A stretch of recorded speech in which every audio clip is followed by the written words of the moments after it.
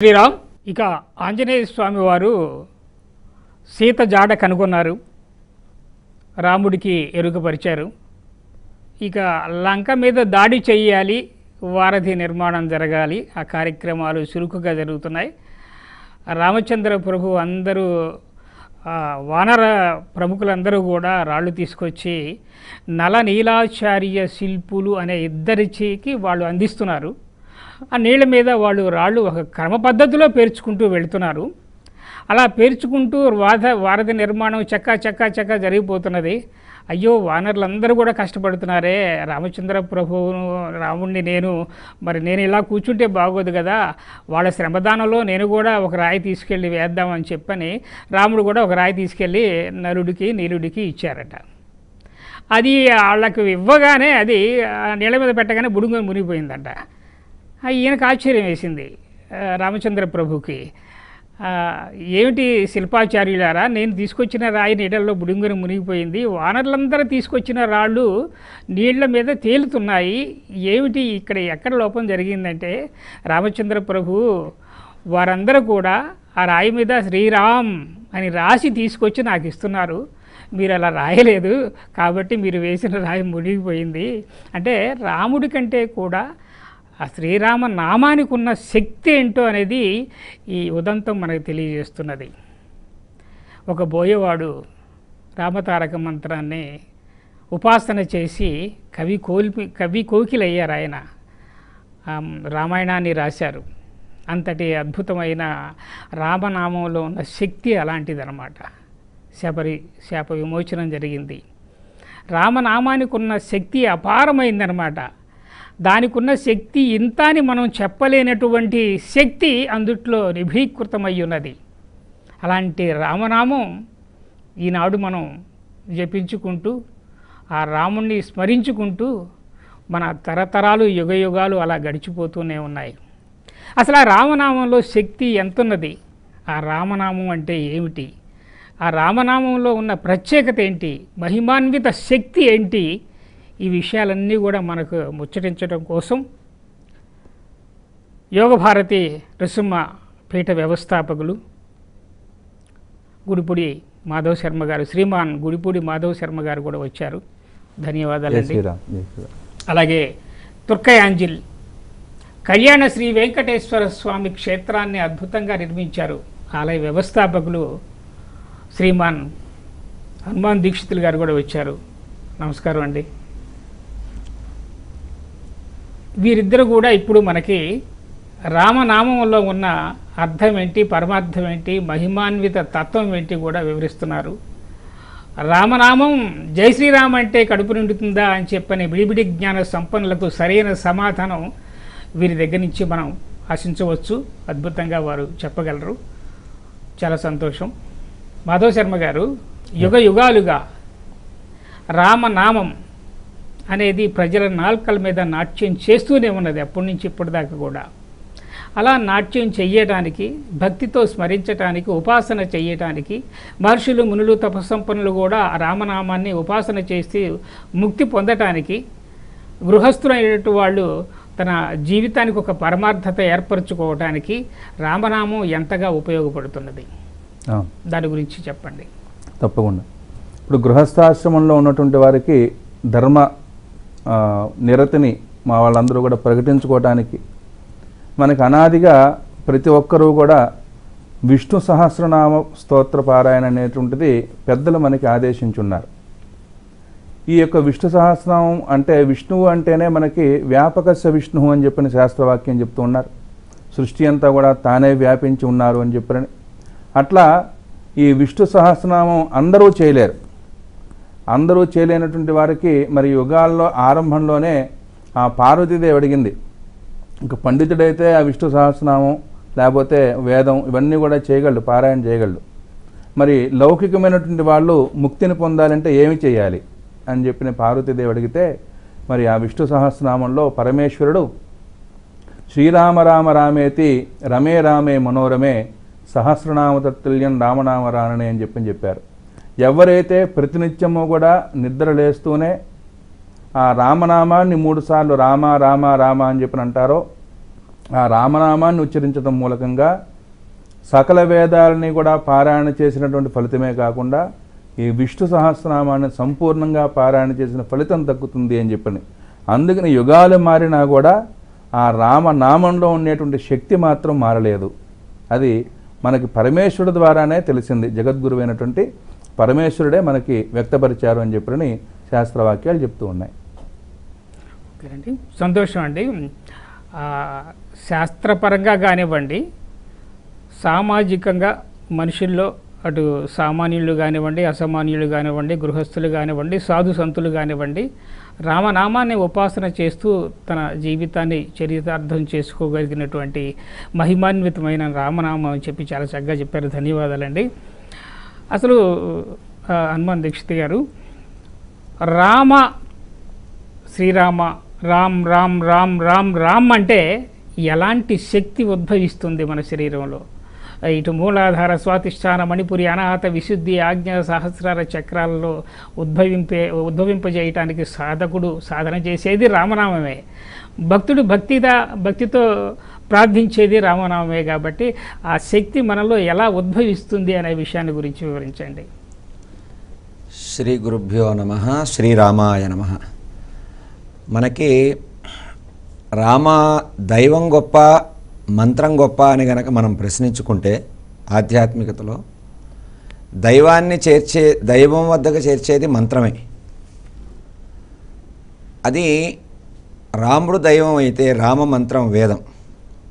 ఈ రామ మంత్రాన్ని ఎవరైతే పట్టుకొని ఉపాసన చేశారో వారంతా దైవాన్ని చేరారు. అది మనల్ని ఎలా తరిస్తుంది, ఎలా తరింపజేస్తుందని మీరు అడుగుతున్నారు. మనకి రామాయణం మొత్తంలో ఏ పాత్ర చూసినా, అటు వానరులు చూసినా, ఇటు పక్షులు చూసినా, ఇటు రాక్షసులు చూసినా, మహర్షులు చూసినా, కేవలం రామమంత్రం వల్లనే అణిమాది అష్టసిద్ధులు సాధించినటువంటి మహర్షులు ఉన్నారు ఆ కాలంలో. మరి అణిమాది అష్టసిద్ధులు కలిగినటువంటి హనుమంతుడు కూడా నేను రామదూతనై వచ్చాను అని చెప్పుకుంటాడు. ప్రతి చోట రాముడి మాటను చెప్పటం కోసమే వచ్చానని చెప్పుకుంటాడు. ఆ మంత్ర ఉపాసన వల్ల ఆయన అణిమాది అష్టసిద్ధులన్నీ బాగా చక్కగా పనిచేయటం, ఆయన చేరాల్సినటువంటి గమ్యాన్ని చేరటంలో రామమంత్రం బాగా సిద్ధించింది హనుమంతుడికి. అలాగే మానవులకు కూడా ఈ మనం వాల్మీకి మహర్షిని చూస్తే కూడా మనకి రామమంత్రం సప్తఋషుల ఉపదేశం వల్ల మాత్రమే ఆయనకి రామమంత్రం రావటం, అది ఎంతో కాలం ఆయన తపస్సు చేసినందువల్ల అది ఇంద్రియాలపైన మొదలు, ఇంద్రియాల నుండి బుద్ధి నుంచి మరి ఆత్మ వరకు చేరి అది ప్రచోదనమైనప్పుడు ఈ షట్చక్రాలు పనిచేసి మనిషి ఎంతో ప్రయోజకత్వాన్ని పొందుతాడు ఆధ్యాత్మికతలో. దీని అంతటికి కారణం మంత్ర ఉపాసన తప్పనిసరిగా చేయవలసింది. అందులో రామమంత్రానికి ఇందాక స్వామివారు చెప్పినట్టు ఏ మంత్రం గొప్పది విష్ణు మంత్రాల్లో అని కనుక ఒక సందర్భంలో ప్రశ్న వచ్చింది. కేనోపాయేన లఘున, ఏ చిన్న మంత్రం, పెద్ద మంత్రాలు వద్దు, మాకు చదవలేము, అంత వయస్సు లేదు, ఓపిక లేదు, భారతం భాగవతం రామాయణాలు ఇవే చెప్తున్నాయి. లఘున విష్ణువుతో నామం సమానమైన మంత్రం ఏమిటి అని ప్రశ్నించినప్పుడు పార్వతి పరమశివుడు సాక్షాత్తుగా రామ అనే మంత్రాన్ని శ్లోకంగా చెప్పారు. అది ఎవరు చదివినా మనకి పాంచభౌతికమైన ఈ శరీరం పునీతం అవుతుంది మొదలు, తర్వాత ఆధ్యాత్మిక జీవితంలోకి మనం వెళ్ళినప్పుడు కూడా అదే మార్గం మంత్రమే చూపిస్తుంది. ఇది మనం మంత్రం చదవటం చాలా అవసరం. వాల్మీకి మొదలు ఆది కవి ఆయనే, మార్గదర్శకుడు ఆయనే, మంత్రం చదివి ఫలితం పొందిన వారు అని మనం గుర్తించాలి.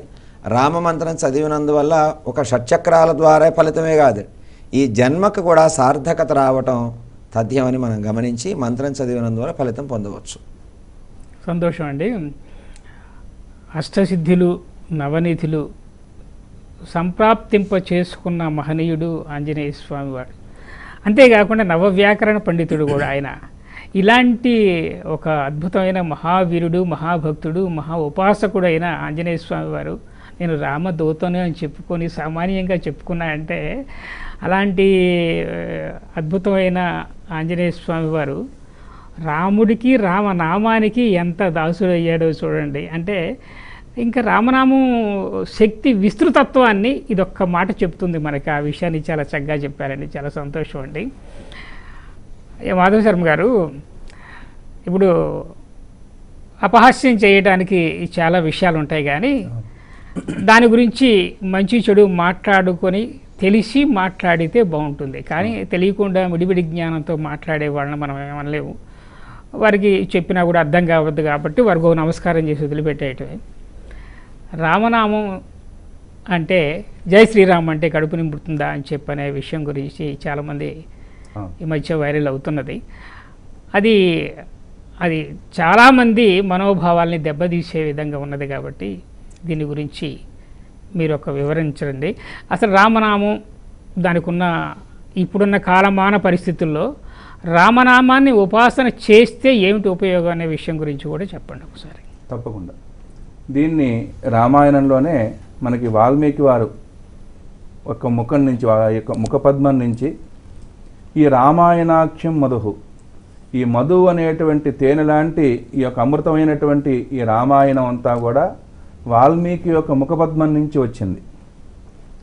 ఈ రామాయణాన్ని వినటం కానీ, లేకపోతే రామనామాన్ని ఉచ్చరించడం కానీ, రామనామాన్ని జపం చేయటం మూలకంగా ఎవరికైతే ఈ నామ మంత్ర జపం మూలకంగా ఏమేమి పోతాయి అంటే కడుపు నిండుతుందా అన్నారు. కడుపు నిండటమే కాదు, వారందరికీ కూడా జన్మవ్యాధి జరా విపత్తి ఇవన్నీ కూడా అనేక జన్మల నుంచి వచ్చేటువంటి పాపములు ఏవైతే ఉన్నాయో, వ్యాధులు ఏవైతే ఉన్నాయో, విపత్తులు ఏవైతే ఉన్నాయో, అట్లాగే ఘోరమైనటువంటి ఏవైతే ఆపదలు వస్తూ ఉన్నాయో ఇవన్నీ కూడా ఆ యొక్క రామనామ మంత్ర ప్రభావం మూలకంగానే ఈ సంసారం అనేటువంటి సాగరం నుంచి కూడా చాలా తేలికగా ఆ ఒక ఏరు దాటినట్టుగా ఆ యొక్క సంసార సాగరాన్ని కూడా దాటించగలడు. ఆ దాటించగలిగేటువంటి శక్తి ఉన్నది ఒక రామనామానికే అని చెప్పని. అంటే ఇన్ని తీరుగా లేనిది కడుపు నిండదా? మనకి పెద్దవారు చెప్తూ ఉంటారు, గురువులందరూ కూడా, నువ్వు ఏ దేవతనైతే ఉపాసన చేస్తూ ఉన్నావో, ఏ దేవత గురించి అయితే నిరంతరము కూడా తపస్సు చేస్తూ ఉన్నావో, నువ్వు అరణ్యంలో కూర్చుని ఉన్నా సరే నీకు రావాల్సినటువంటి ఆహార పదార్థం నీకు వస్తుంది ఆ సమయానికి. అది నువ్వు అడగక్కర్లా. ఎందుకని అంటే ఆ రామనామంలో ఉన్నటువంటి గొప్పతనం అది, ఆ ఉపాసనా మార్గంలో ఉన్నటువంటి గొప్పతనం అది. ఎందుకని అంటే అరణ్యంలో కూర్చుని నువ్వు తపస్సు చేస్తూ ఉన్నా కూడా, అయ్యో నా భక్తుడు కడుపు కాలిపోయి ఇబ్బంది పడుతున్నాడు, ఆకలితో ఇబ్బంది పడుతున్నాడని ఒక పండుని ఆయనే ఇచ్చి వెళ్తాడు మార్గమధ్యంలో వెళ్ళి. అట్లా తెలిసి తెలియక మాట్లాడేటువంటి వారు ఎన్నో మాట్లాడుతూ ఉంటారు. ఏ ఒక నామ జపం చేయటం మూలకంగా కడుపు నిండుతుందా, లేకపోతే ఇవన్నీ కూడా లౌకికమైనటువంటి వ్యవహారాలు చాలా ఉంటాయి. అది తీసి పక్కన పెడితే ఇప్పుడు ఒక్క మందిరం, మన హైందవ ధర్మంలో ఒక మందిరాన్ని నిర్మాణం చేయడం మూలకంగా 4 వర్ణాల వారికి, అన్ని వర్ణాల్లో ఉండేటువంటి వారికి కూడా అక్కడ ఉపాధి కలుగుతోంది. ఒక బ్రాహ్మణ్యమే కాదు, ఇప్పుడు మన రామ మందిరం ఉన్నటువంటి అయోధ్యలో కూడా వేల మంది ఆ మందిరాన్ని ఆశ్రయించి ఉపాధిని పొందుతూ ఉన్నారు. ఆ రామనామాన్ని, ఆ రామ ప్రతిమని చేత్తో పట్టుకుని అమ్ముకుని ఉపాధి పొందేవారు ఉన్నారు. అట్లాగే ఆ రాముడి యొక్క నామాన్ని ఉచ్చరిస్తూ అక్కడ తిరిగేటువంటి వాళ్ళకి ఎంతోమందికి ఉపాధి కలుగుతూ ఉన్నది. అట్లా మనం చూసుకుంటే ఇవన్నీ కూడా పెడచెవన పెట్టచ్చు. రామనామం వల్ల కడుపు నిండుతుందా అంటే ఆ కడుపు నిండకపోవటమే కాదు, అనేక జన్మల నుంచి వచ్చేటువంటి పాపములు ఏవైతే ఉన్నాయో ఆ పాపములన్నీ కూడా ప్రతినిత్యము కూడా రామనామ స్మరణ చేయటం మూలకంగానే పాప పరిహారములన్నీ కూడా అవుతాయి అని చెప్పిన వేదాలు చెప్తూ ఉన్నాయి. అటువంటి పురుషోత్తముడైన ఆ రామ మంత్రాన్ని నిరంతరం కూడా మనం జపం చేయాలి. ఆ జపం చేయటం మూలకంగా మన జన్మ తరిస్తుంది అని చెప్పిన పెద్దలు చెప్తూ ఉన్నారు. చాలా సంతోషం అండి, బాగా చెప్పారు. రామనామామృతాన్ని గ్రోలుతూ గంధమాదన పర్వతం మీద ఆంజనేయ స్వామి వారు చిరంజీవిగా దాటిన ఆ రామనామామృతాన్నే అన్నపానీయాలుగా స్వీకరిస్తూ చిరంజీవిగా ఉన్నారంటే ఎక్కడున్నారు మాకు చూపించండి, అబద్ధం అంటారు. అది పక్కన పెట్టేద్దాం. ఈ రామనామామృతాన్ని గ్రోలుతూ సాధు సంతులు కూడా హిమాలయ పర్వతాల్లో ఇప్పటికీ 100 ఏళ్లుగా బ్రతుకి ధ్యానం చేస్తూ మనకు కనిపిస్తున్నది వాస్తవం, మన కళ్ళ ముందు కనిపిస్తున్న వాస్తవం. వాళ్ళకి అన్నం అదే, పానీయం అదే, అన్నీ కూడా అలా దాన్ని స్వీకరిస్తూ 100 ఏళ్ళు పంచభూతాలు అంటే ఆకాశము, వాయువు, అగ్ని, భూమి, ఇవన్నీ ఇట్లాంటివన్నీ కూడా వాళ్ళకి ఏమాత్రం హాని చేయకుండా ప్రకృతితో మమేకమై ప్రకృతి ప్రసన్నం చేసుకొని ఆ రామనామామృతం వల్ల, రామనామ మహిమ వల్ల వాళ్ళు వందల ఏళ్ళుగా బ్రతుకుతున్న చరిత్ర మనకు తెలుసు. అది విస్మరించుకుంటే అంతకంటే గుడ్డివాళ్ళు ఈ ప్రపంచంలో ఎవరు ఉండరుగాక ఉండరు. తర్వాత మీరు చెప్పిన విషయం ఏంటంటే కడుపు నింపటమే కాదు, జీవులు 84 లక్షల జీవి పుట్టుకలు ఎక్కడున్నారు, ఇలా ఎన్ని జన్మల నుంచి, ఇన్ని లక్షల జన్మల నుంచి వస్తున్న మలిన కర్మలన్నింటినీ కూడా మార్చి మసి చేసేది రామనామం అనే విషయాన్ని చాలా చక్కగా చెప్పారు. చాలా ధన్యవాదాలు గారు. ఒక పెట్టలను కొట్టుకొని పొట్ట పోసుకునే బోయేవాడు, వాడికి అక్షరం ఒక్క రాదు. రామ అంటే మరా మరా అని చెప్పనే మాట కూడా సరిగా రాదు. అలాంటిది రామ రామ రామ అంటూ ఒక మహాకవులు సైతం, కవి కోకిల వాల్మీకి ఒక మహర్షిగా ఎలా అవతరించగలిగాడు, రామనామాన్ని ఎలా ఉపాసన చేయగలిగాడు, ఎంత దీక్షగా చేయగలిగాడు, అలాంటి దీక్ష నేటి కాల మానవ పరిస్థితుల్లో మనకు కూడా ఎలా ఉండాలనేది దాని గురించి వివరించండి. వాల్మీకి బోయవాడు అని, అలాగే రామమంత్రం చదివినందువల్ల రామమంత్రాన్ని చదవలేని స్థితిలో ఉపదేశించాడని అందరికీ కొంత కథలుగా బాగా ప్రచారంలో వాస్తవానికి ఉన్నది. ఈ బోయవాడు తన కుటుంబ నిమిత్తంగా చేసేటటువంటి చర్యలు ఒకరోజు సప్తఋషులు అడవుల్లో వెళుతూ ఉన్న సందర్భంలో వాళ్ళకి బోయవాడు వాళ్ళ దగ్గరికే వచ్చి మీ దగ్గర ఉన్నటువంటివన్నీ నాకు ఇచ్చేయండి, లేకపోతే మిమ్మల్ని చంపేస్తాను అని భయపెడితే వాళ్ళు త్రికాల వేదులు. ఈయన చంపేదేముంది వాళ్ళని? వాళ్ళు శరీరులుగా ఉండగలరు, అశరీరులుగా ఉండగలరు సప్తఋషులు. వాళ్ళని ఎంచటం వల్ల కాదు అసలు. స్థూల రూపం, బాహ్య సూక్ష్మ రూపం, సూక్ష్మ రూపం వాళ్ళు ఎక్కడైనా ఉండగలరు, ఎలా అయినా చరించగలరు. వాళ్ళకంత తపస్సిద్ధి సంపన్నులు. వాళ్ళ దగ్గరికి ఇప్పుడు పోయి అట్లాంటి వాళ్ళ దగ్గర పడాలి. ఇందాక మీరు అడిగారు, ఈ రామ జై శ్రీరామ్ అంటే అన్నం పెడుతుందా అంటే, అన్నవాడికి కూడా భయమే. అన్నటం అనేస్తాం, లోపల ఒకసారి అన్న పాపభీతి అంటాం. దాన్ని మనస్సుకి పుణ్యభావం పాపభావం రెండూ చింతన చేస్తుందండి ఇది. ఆ అన్న వ్యక్తి ఎవరైతే ఉన్నారో ఆయనకి జై శ్రీరామ్ అని మనకన్నా ఎక్కువ సార్లు ఆయనే అనాలి. హిరణ్యాక్షుడు, హిరణ్యకశిపుడు, రావణాసురుడు సైతం కూడా ఎక్కువ ఉపాసన వాళ్ళు చేశారు పరోక్షంగా. అలాంటి పరిస్థితి ఈ వ్యక్తికి కూడా, అన్న వ్యక్తికి.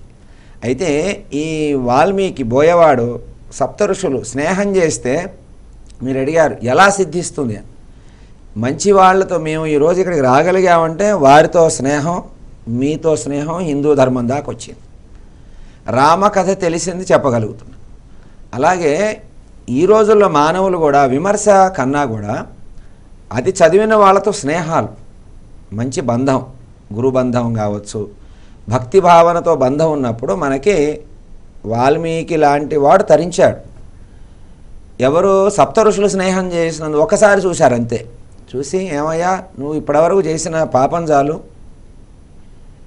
అని కథంతా మీకు తెలుసు. నీ భార్య దగ్గరికి పోయి నీ పాపపుణ్యాలు స్వీకరిస్తున్నా అంటే ఏ భార్య ఏ కాలంలోనూ స్వీకరించదు. ధర్మశాస్త్రాలన్నీ చెబుతూ ఉన్నాయి.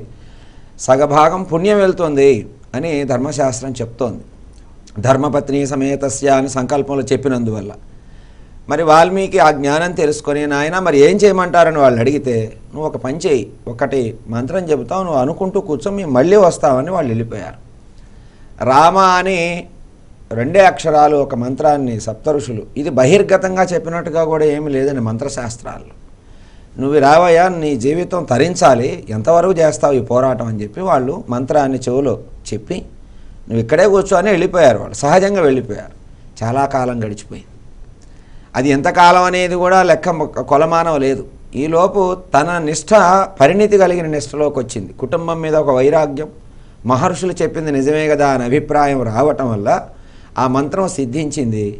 మళ్ళీ మహర్షులు రాలేదండి, ఏమయ్యా నువ్వు చదివావా, నీ మంత్రం సిద్ధించిందా అని అడగలేదు. ఇది ఆ లోకం ఈ లోకం, లోకాలన్నీ తిరిగిపోయింది. తపస్సు అంత దూరం వరుణలోకం దాకా పోయిందట రామ రామ అనేది. ఎందుకంటే వాళ్ళు అనమన్నారు అంటున్నాడు. ప్రాచేతసుడు అనేటటువంటి వరుణుడికి పేరు. ఆ వరుణుడు వర్షం కురిపించడం వల్ల ఈలోపు ఈ బోయవాడికి పుట్ట పెరిగి ఉండటం వల్ల వర్షం కురిసి ఆ పుట్ట కరిగి పుట్టకే వల్మీకం అని పేరు ఉండటం వల్ల వల్మీకంలోంచి వచ్చిన వాడు కనుక వాల్మీకిగా ఆ రోజు పేరయ్యింది. ఆ బోయవాడు పోయింది, ఆ భరద్వాజుడనే పేరుంది అది పోయింది, పాత చరిత్ర పోయింది, తపస్సు సిద్ధించింది. ఇది ఎలా వచ్చిందంటే భాగవత నిష్ఠ, భాగవత దర్శనం. మహానుభావుల దర్శనం మనం చేస్తే మనకు ఆ నిష్ఠ వస్తుంది. మంత్రం వాల్మీకి సిద్ధించింది. మరి అదే దారి మనకు కూడా విభీషణుడు ఉన్నాడు. విభీషణుడు కూడా రాముడి దగ్గరికి వచ్చి చేరబట్టే బ్రతికాడు. ఇంకా ఒక మాట కూడా రావణాసురుడికి పదే పదే చెబుతూ ఉంటాడు, సీతని ఇక్కడ ఉంచకు, నువ్వు పంపించే, ఏం చేయొద్దు, నువ్వు ఆవిడని ఏమీ చేయొద్దు, పంపించే లంకలోంచి అని. ఆయన ససేమిరా ఒప్పుకోడు. చాలామంది చెప్పారండి ఆ కాలంలో కూడా భాగవతులు ఉన్నారు, రాక్షసుల్లో కూడా ప్రహ్లాదులు లాంటి వాళ్ళు భాగవతులు ఉన్నారు. ఆ స్నేహం చేయటం వల్ల మరి విభీషణుడికి ఆ భాగవత నిష్ట వచ్చి బ్రతికిపోయాడు. మనం కూడా అలాంటి మహానుభావుల స్నేహం, సప్త ఋషుల స్నేహం ఒకసారే చేసి తరించినట్టు వాల్మీకి రామాయణం రచించినట్టు మనం కూడా అలాంటి స్నేహం చేస్తే మాత్రమే మనకు ఆ నిష్ట వస్తుంది. ఆ చదివిన మంత్రం కూడా సిద్ధిస్తుంది అని మనం గమనించాలి. పండితులను కానీ మరి రామాయణం పైన అవగాహన ఉన్న వాళ్ళ స్నేహం చేస్తే విమర్శ మనం ఎప్పుడూ చేయలేం. చదవకపోయినా పర్వాలేదు కానీ వారితో స్నేహమే మనకి నిష్ట కలిగిస్తుందని మనం దీన్ని విశ్వసించాలి. సంతోషం అండి. రామ అని భక్తితో అనేవాడే కాదు, ఎక్కడ హరి చూపించు అనే హిరణ్యాక్షుడు ప్రహ్లాదుడిని ప్రశ్నించటంలో మీరు చెప్పినట్లుగా ప్రహ్లాదుడి కంటే కూడా హిరణ్యాక్షుడే హరి హరి హరి హరి హరి ఎక్కడ హరి అని చెప్పని నిరంతరం హరినామస్మరణ చేశాడు. అలాంటి విరోధికి కూడా భగవంతుడు మోక్ష ప్రాప్తి ఇచ్చాడు. ఇక మనం రామాని భక్తితో ఒక్కసారి అంటే చాలు 1000 సార్లు అన్నట్లు లెక్కే. కాబట్టి ఆ రామనామంలో అంత గొప్ప విశేషం ఉన్నదనే విషయాన్ని అందరూ గ్రహించాలనే విషయాన్ని చాలా చక్కగా చెప్పారండి. చాలా సంతోషం అండి. అయ్యా మాధవ శర్మ గారు, రామ ఆరాధన మంచిదా, రామనామ ఉపాసన మంచిదా అనేది చాలామందిలో ఉన్నదన్నమాట. అంటే రామబాణం గొప్పదా, రామనామం గొప్పదా, ఇలాంటివన్నీ కూడా చాలామంది రామనామమే గొప్పదే అంటారు. ఎందుకు గొప్పది అంటారు? దానికి ప్రామాణికం ఏంటంటారు? ఏదైనా సరే ఒక గురువు దగ్గర నుంచి ఒక మంత్రాన్ని ఉపదేశం తీసుకున్న తర్వాత ఆ మంత్రాన్ని నిరంతరము కూడా ఆ సాధకుడు తపస్సుగా ఆ మంత్రాన్ని జపం చేయటం మూలకంగా ఇందాక మన దీక్షితులు గారు చెప్పినట్టు అందులో పరిపక్వత వచ్చిన తర్వాత, ఆ యొక్క ఉపాసన మార్గంలో పరిపక్వత వచ్చిన తర్వాత మననాత్రాయతేతి మంత్ర, ఆ ఎప్పుడు నిరంతరము కూడా మంత్రాన్ని మనన చేస్తూ ఉన్నాడో ఆ మంత్రం ఒక కవచంలాగా ఏర్పడుతుంది. నిరంతరము కూడా అతన్ని రక్షిస్తూ ఒక కవచంలాగా వెంట ఉంటుంది. అందుకనే ఇందాక మన దీక్షితులు గారు చెప్పినట్టు ఏదైతే ఒక ఉపాసనా మార్గాన్ని ఉత్కృష్టంగా మనం చేస్తూ ఉన్నామో ఆ చేసేటువంటి వర్తమాన కాలంలో మనకి ఆంజనేయ స్వామి వారికి ఎట్లాగైతే అనిమాది అష్టసిద్ధులు కూడా వచ్చి ఉన్నాయో అట్లా ఆ మంత్ర ప్రభావం చేత ఈ ఉపాసన చేసేటువంటి వర్తమాన కాలంలో ఆ మంత్ర ప్రభావం చేత ఒక కవచంలాగా ఏర్పడుతుంది ఆ ఉపాసకుడికి. అందుకని ఆ మంత్రంలో రామ బాణం గొప్పదా, రామనామం గొప్పదా అంటే మనకి ఆ రామ బాణాన్ని కనుక ప్రయోగం చేసినప్పుడు ఆ రామనామం చదివేటువంటి వ్యక్తి మీద ప్రయోగం చేస్తే ఆ రామనామమే ఆ రామ బాణాన్ని కూడా అడ్డుకుంటోంది. ఎందుకని అంటే ఆ మంత్రం ఒక కవచంలాగా ఏర్పడిపోయింది ఆయనకి. ఆ కవచాన్ని దాటి ఆ రామ బాణం కూడా రాలేదు. మామూలుగా మనకి అస్త్రము శస్త్రము అని చెప్పినంటాం. ఈ అస్త్రం అన్నప్పుడు తన యొక్క ఒక పుల్ల మీద ఒక మంత్రాన్ని అభిమంత్రించి వేసేది అస్త్రం. రామబాణానికి రామ మంత్రాన్ని అభిమంత్రణ చేసి వేయాలి. మరి చేసేటువంటి వాడు ఉపాసకుడు అదే రామనామంలో ఉన్నాడు. కాబట్టి ఆ రామ బాణం కంటే ఆ రామనామమే గొప్పది. ఆ రామనామాన్ని నిరంతరము కూడా మనం స్మరణ చేయటం మూలకంగా, జపం చేయటం మూలకంగా మనకి సర్వదా సర్వత్రా కూడా సర్వకాల సర్వావస్థ యందు కూడా అది రక్షణగా ఉంటుంది అని చెప్పని ఆ రామనామ ప్రభావం యుగాలు మారినా కూడా ఈ రోజుకి కూడా ఆ మంత్రంలో ఆ నామంలో అంత ప్రభావం ఉన్నది కాబట్టే ఇప్పటికీ కూడా అందరూ కూడా అంటున్నాం. ఈ రోజున ట్రెండ్ మారింది, ఎవరు ఫోన్ చేసినా కూడా జై శ్రీరామ్ అంటూ ఉన్నారు. ఏమిటి జై శ్రీరామ్ అంటే జయము కలుగాక. ఎవరికి జయం కలగాలి? ఆ రాముడికి జయం కలిగింది అనుకోండి, మనందరికీ జయం కలిగినట్టే. అట్లా నీకు జయం కలుగుగాక, నాకు జయం కలుగుగాక అని చెప్పి మనం ఈ రోజున పలకరించుకుంటున్నాం జై శ్రీరామ్ అని చెప్పినని. అట్లా రామనామ మంత్రంలో ఇటువంటి మంచి ప్రభావం ఉండటం చేత సర్వకాల సర్వావస్థల యందు కూడా ఆ రామనామ మంత్ర ప్రభావం చేత ఒక కవచంలాగా ఏర్పడి నిరంతరము కూడా ఆ ఉపాసకుడిని ఉపాసనని కూడా కాపాడేటువంటి మంత్రమే ఆ రామమంత్రం. చాలా సంతోషం అండి. రామనామం జపించేవాడి మీద రామబాణం వేస్తే వాడు ఏం చేయలేదు, ఎందుకంటే అగ్నిని దహించలేదు. అవును, రెండు ఒకటే కాబట్టి అగ్నిలో అగ్ని విలీనం అవుతుంది కానీ దహించలేదు. అలాంటి తత్వం ఉన్నది కాబట్టి ఆ రామనామానికి ఉన్న గొప్పతనాన్ని చాలా చక్కగా చెప్పారండి. చాలా సంతోషం. అగ్ని కీలలనే కష్టాలు ఉన్నాయి కదా, ఆ అగ్ని కీలలని కూడా ఈ రామనామం అనేది జపించగలిగితే ఇది వెళ్ళి వాటిని ఆర్పటం, దరిదాపుగా ఎన్ని కష్టాలు అయితే ఉన్నాయో అన్ని కష్టాల నుంచి గట్టెక్కించే భవసాగరాన్ని దాటించేదే రామనామం అనే విషయాన్ని చాలా చక్కగా చెప్పారండి. చాలా సంతోషం. అయ్యా దీక్షిత్ గారు, ఇప్పుడు కావాల్సింది ఏంటంటే రామనామం జపిస్తే నాకేం జరుగుతుంది అంటే, చాలామంది ప్రతి విషయంలోనూ నొప్పి లేనివాడు, అప్పు లేనివాడు, కష్టం లేనివాడు ఈ జన్మ ఇప్పుడు ఈ మానవ మాతృడు ఎవడు లేడు కాబట్టి ఈ భవసాగరాన్ని, బంధాలని, కష్టాలని, కన్నీళ్ళని తుడిచివేయటానికి రామనామం ఈ జన్మకు ఒక సార్థకత ఏర్పరచుకోవడానికి ఎలా ఉపాసన చేయాలంటారు? దాన్ని ఒక రామాలయానికి వెళ్ళి రామనామం చేయాలా, ఇంట్లో ఒక చిన్న రాముడి పటం పెట్టుకొని రామ్ అంటూ రామ ఉపాసన చేయాలా, రామనామాన్ని ఉపాసన చేయాలా? ఇలాంటి ఏది చేస్తే మనిషి జన్మకు ఒక చరితార్థత కలుగుతుందనే విషయాన్ని చెప్తారు. రామాలయానికి వెళ్ళి మనం దర్శనం చేసుకున్న, రామమంత్రం చదివిన మనకి ఒక భక్తి ఏర్పడుతుంది. మొదటి దశలో ఆలయానికి వెళ్ళటం, హనుమంతుడి చుట్టూ ప్రదక్షిణం చేయటం, ఆ కథలు వినాలి. ఆ కథలు చెప్పేవారి సాంగత్యం మనం చేసినప్పుడు మనకి అర్థమవుతుంది. ఈ మధ్యకాలంలో చాలామంది బాగా అంటే లౌకిక విధానంలో బాగా చదివినా ఆధ్యాత్మిక విధానంలో దైవ దర్శనాలకు పోలేక అవి అర్థం కాక దూరం అవుతున్నారు.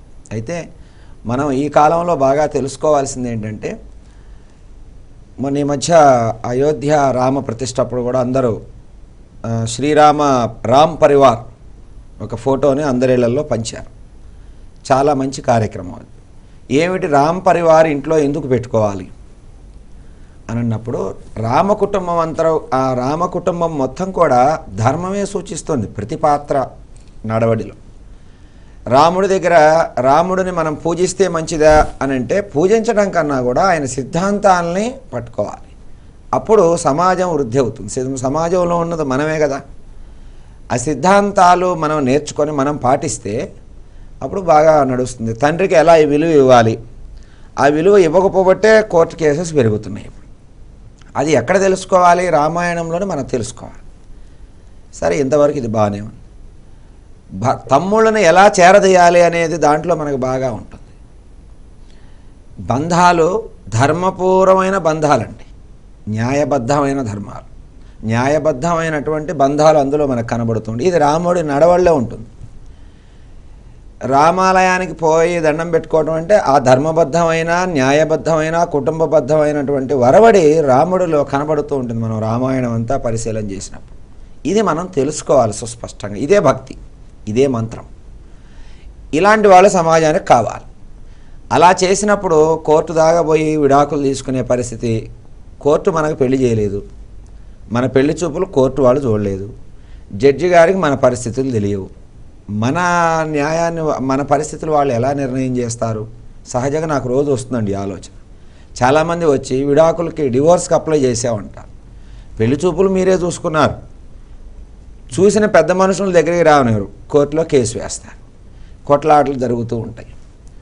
ఇది పెద్దవాళ్ళ అంగీకారంతో జరిగిన వివాహం అయినప్పుడు ధర్మం తప్పి కోర్టు దాకా పోయింది. ముందు మనం ధర్మం తెలుసుకోవాలి.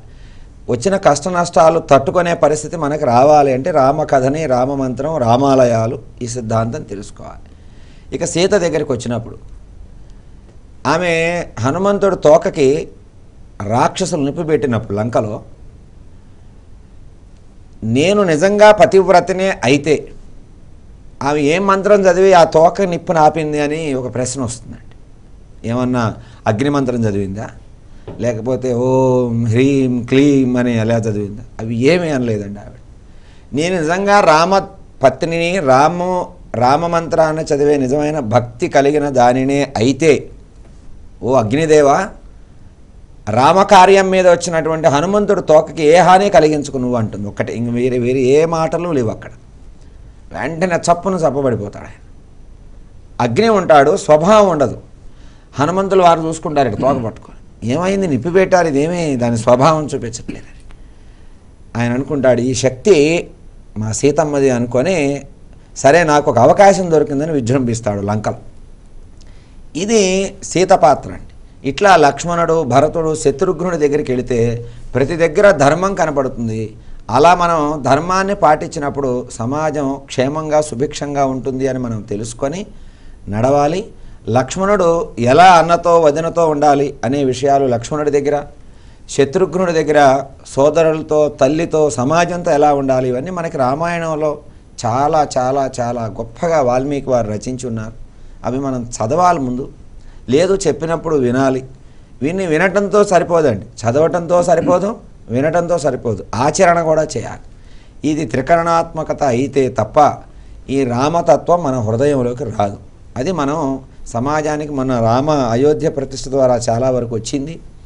ఇంకా ఇలాంటి క్రతువులు ఇప్పుడు మీరు జై శ్రీరామ్ అనే నినాదం పేరుతో ఈ కార్యక్రమం ద్వారా హిందూ ధర్మంలో పెట్టినందువల్ల ఇంకా పండితుల ద్వారా చెప్పిస్తే ఎంతో చైతన్యం వస్తుంది. ఇది చాలా అందుబాటులో ఉన్న మంత్రం, రామమంత్రం. రాముడు కూడా అందుబాటులో ఉండే దైవం అండి. ఆయన ఖరీదైన దైవం కాదు రాముడు. బోయవాడిని దగ్గరికి తీసుకున్నాడు. ఏమయ్యా నీకు నాకు దగ్గర బంధం అన్నాడు. సుగ్రీవుని దగ్గరే తీసుకున్నాడు. నీకు ప్రాణం పోతే నేను ఇంక సీతను తెచ్చుకొని ఏం చేయాలి? స్నేహబంధానికి ఎక్కువ విలువిచ్చాడు. ప్రతి చోట అలా ఉంటున్నాడు. ఇది మనకి సమాజంలో ప్రస్తుతం లేదు. ఇది తెలియాలంటే రామకథే మార్గం. అది నా అభిప్రాయం. రామకథను బాగా ప్రచారం చేయాలి, అర్థమయ్యేటట్టు చెప్పించాలి మీలాంటి ఛానల్స్ ద్వారా. అప్పుడు మంచి ప్రయోజకత్వం సమాజంలో మనం చూడవచ్చు. సంతోషం అండి.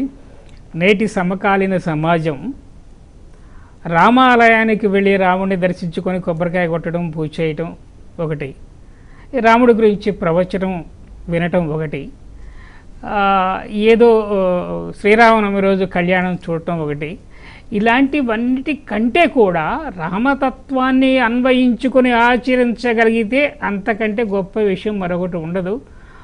అదే గొప్ప ఉపాసన, అదే గొప్ప భక్తి, అదే ముక్తికి మార్గం అనే విషయాన్ని చెప్పారు. కరెక్ట్ అది. ఎందుకంటే మన సత్ప్రవర్తన కలిగి ఉంటే రాముడు ఎలాంటి సత్ప్రవర్తనతో ముందుకు వెళ్ళాడో అలాంటిది మనం అన్వయించుకొని ఆచరించగలిగితే సత్ప్రవర్తనే ధర్మం కదండి. ఎందుకంటే ఈ రోజుల్లో సమాజంలో బాగా గొడవలు ఎందుకు అవుతున్నాయి? డబ్బు ఇవ్వాలి, ఒక వ్యక్తికి మీకు ఇవ్వాలి 1 లక్ష రూపాయలు. ఈ డబ్బు ఇవ్వకుండా నీవు ఇచ్చావనే ఆధారం ఏదైనా అడుగుతున్నారు. మంచి స్నేహంలో డబ్బు తీసుకుంటున్నారు, ఏ పత్రాల ఆధారాలు లేకుండా. అవి కోర్టుకు వెళుతున్నాయి. రాముడి సిద్ధాంతం అది కాదు. ఇచ్చిన దాన్ని తిరిగి ఇవ్వటం అనేటటువంటిది. ఇది సమాజం తెలుసుకోవాలి. ఇది రాముడి ధర్మం. అప్పుడు సమాజం క్షేమంగా ఉంటుంది అని నా అభిప్రాయం. ధర్మాన్ని ఆచరిస్తే రామతత్వాన్ని ఆచరించినట్లు. అది అది తెలుసుకోగలిగితే ఇక ఇబ్బందులు ఏముండవు, కష్టాలు ఏముండవు, ఎలాంటి మనశ్శాంతి లేని ఇబ్బందులు మనకు ఉండవు. మనశ్శాంతితో ఉంటేనే కదా మనం ఏదైనా చేసేది. ఆ శాంతి మనశ్శాంతిని లభించేది రామనామం అనే విషయం చాలా చక్కగా చెప్పారండి.